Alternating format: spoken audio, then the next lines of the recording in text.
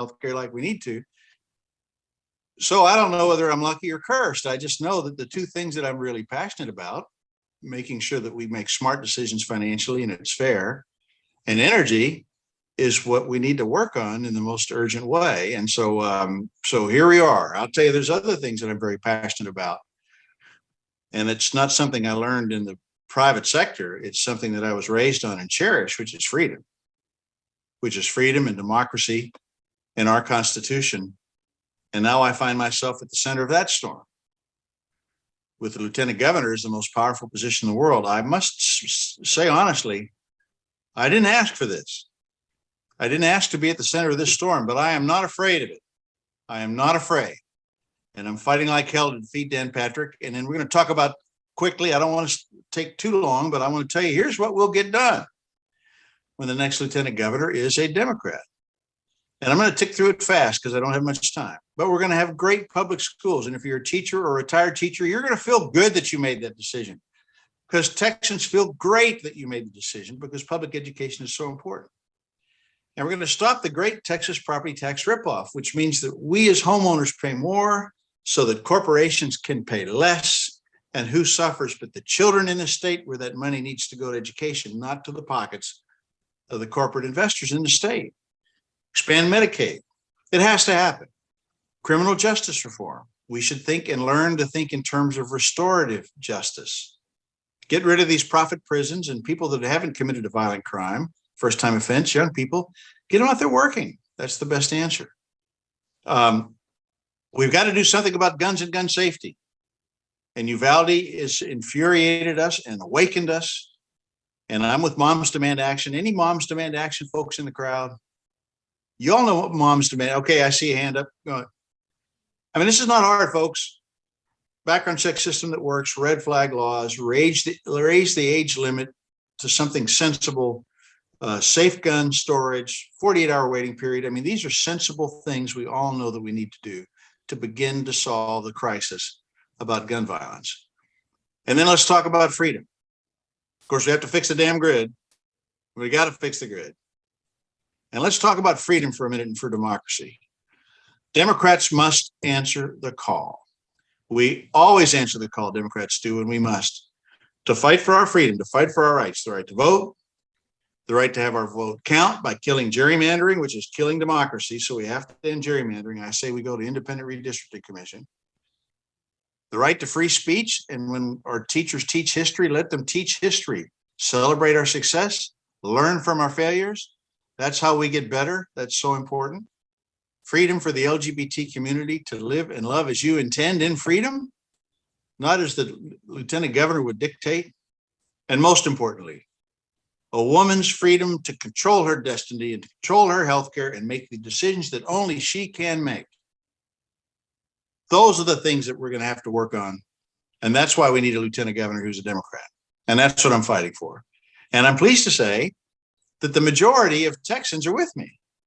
We are not some fringe operation here. This is what Texans want.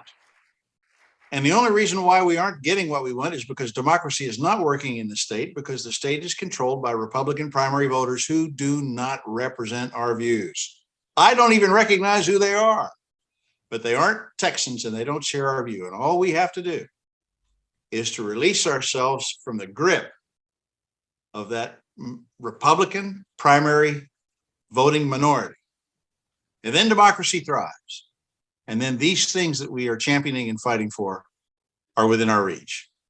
And we have to win statewide to do it. Gerrymandering tells us we must win statewide. I see my friend Rochelle Garza is here. I'm so happy.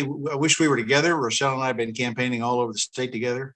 I'm always honored to be with Rochelle. I will be so honored to vote for Rochelle. I will brag for the rest of my life that I knew the Attorney General of the great state of Texas who punched through and won. These statewide races really, really matter. So those are my prepared remarks.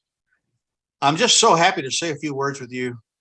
I'm just about as energetic as they make them. I'm a coiled spring, and I can't wait to start throwing hard punches. So thank you so much for letting me say a few words.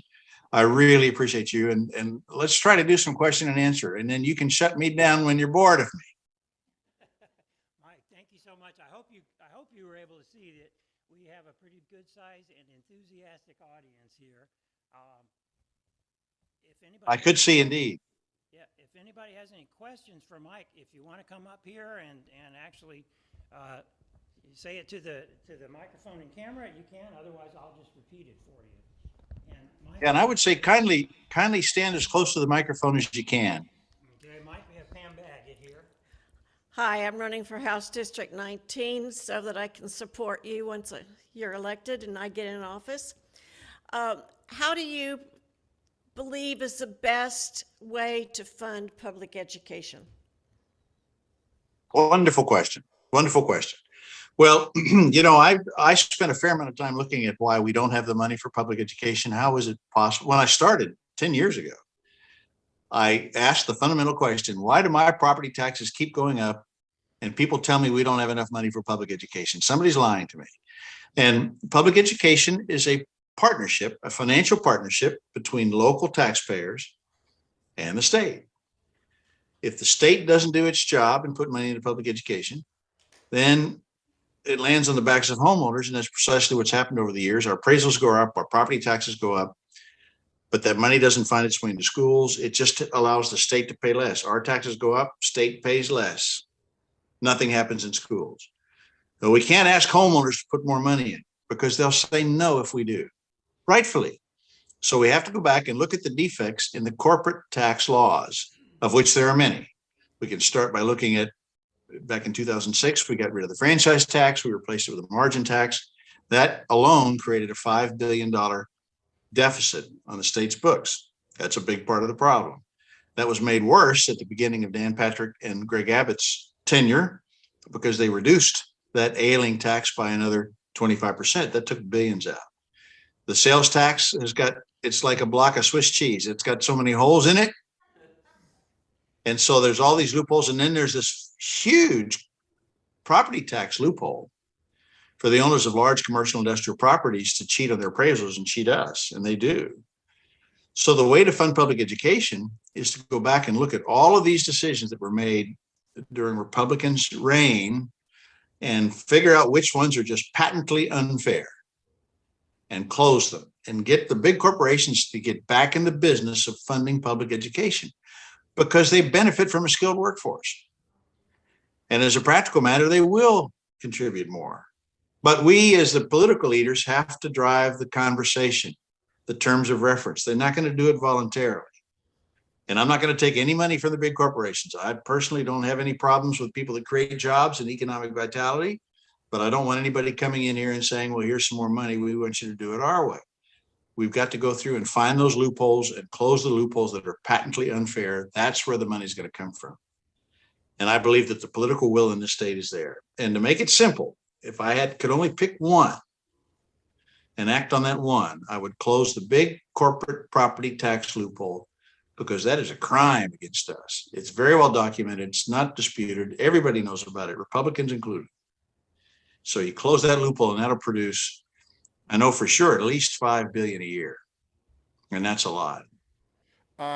What are your thoughts on taxes going to pay charter schools and other private schools? Yeah, great question. Well, first of all, vouchers are for vultures. I am going to fight vouchers tooth and nail. Vouchers are a disaster. I worry when it comes to charter schools. Here's what I hear happening. I mean, it's a bit of a sheep in wolf's clothing, I'm afraid to say. I mean, what I think is happening is the beginning of the charter movement. It was designed, you know, let's have experimentation in a laboratory, but it was meant to benefit public education, an auxiliary and a benefit. It's now we've gotten to the place where, and I think Republicans have been frustrated they haven't been able to do vouchers, so they're trying to do the same thing with charters, where charters are competing against public schools, and that's a very, very bad answer. And the playing field isn't level. So I'm not ready to say that every charter school is a bad situation. I'm sure there's some good ones out there, but I can point to some bad ones. You know, the situation where you have the CEO flying around in private jets, taking people to expensive suite at the Spurs to watch those games. I mean, I'm going to be a pretty tough customer. I don't mind telling you, I'm going to be a very, very tough customer. I'm very skeptical of so many of the claims about charters. Where I'm coming from personally is we need a champion for public education, traditional public education. That will be me. I also will happen to be the most powerful legislator in the state, and I will be an undisputed champion of traditional public education. And I'm going to hold people in both parties' feet to the fire on this. Because I think if we don't get public education right, we're not going to get anything right. And so that's where I'm coming from.